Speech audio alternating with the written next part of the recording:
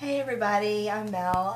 Just doing a bit of a video, and if you like this, I'll put some more stuff on here about my journey of moving from Boston down here to Alabama. I've been here for 6 years, and I'm a former hoarder, a recovering shopaholic. Now, I didn't buy expensive stuff. I bought a lot of stuff that was on sale, but, I bought a lot of those things because they were a good deal, and not necessarily because I actually needed them, but it took me a really long time to realize that.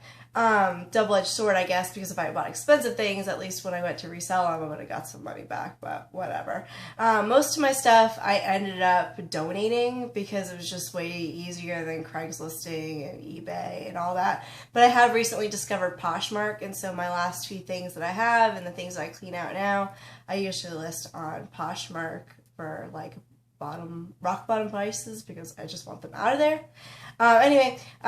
So I've been a minimalist for 2 years now, and I've been watching a lot of these videos. These videos have been great. You guys have been wonderful.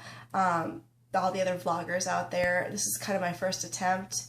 And one thing I know I didn't like is a lot of people talking, so I'm going to try and keep the talking to a minimum.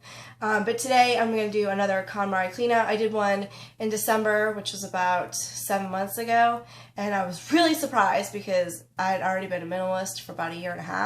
So I was like, oh, I'm down to my rock bottom amount of things that I have. But when I did the Konmari clean out, it turned out there were a lot of things that I had because I thought they would work good in theory, but the reality of it was I didn't like it as much, so I still was wearing less, and a lot of the stuff I had just because it was like neutral or it worked or whatever like that. And so it really kind of opened my eyes that there were still a lot of things. Now, I wish that I had the Konmari book when I first started 2 years ago, because the idea of keeping things because you love them and they spark joy would have been so much easier than the tortured year process that I went through of forcing myself to get rid of things because I had too much. Now, it was the best thing ever, and once I decided to get rid of it, it was wonderful and I felt great, and the more I got rid of, the better I felt. But it would have been much easier if I had kept things because I loved them and not then like, I'm going to get rid of you because I don't. Because let's be honest, if you own something, you liked it when you bought it. So you like everything you have, in theory. You would have not bought something if you hated it. So really, when you go to do a cleanup, it's the tough thing because you're like, oh, well, I like it. Well, of course you like it. You bought it.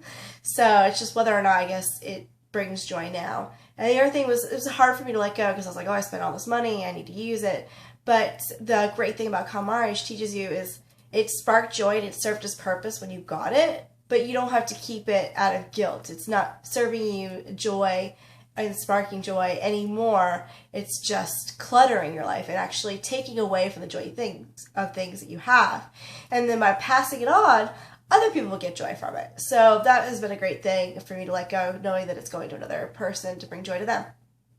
So I'm going to give you kind of a spin around my room really quick. There's like maybe 10% of what I originally owned when I moved here from Boston. And it still could probably use a cleanup. But anyway, I just want to do the Konmari cleanup because my clothes have started to kind of overflow again. My one weakness is bags, not even purses, but just bags in general. Shoes, I'm pretty good about that. I've gotten down to like 10 pairs of shoes, kind of hovered at that. But of course I could use less, but there's also people that have more. I watched a video the other day of a woman who had like 100 pairs of shoes or like 96 pairs of shoes or something. Wow. I don't think I ever had that many. But still, it's nice to know there's people out there that are having a tougher time than me. So anyway, I'm going to stop it and then I'll zoom over to my closet and show you. And I'm going to post this on my site. I think it's Minimalist Mel. And you can also email me if you have any questions or video you'd like to see at melminimalist@gmail.com. Thanks.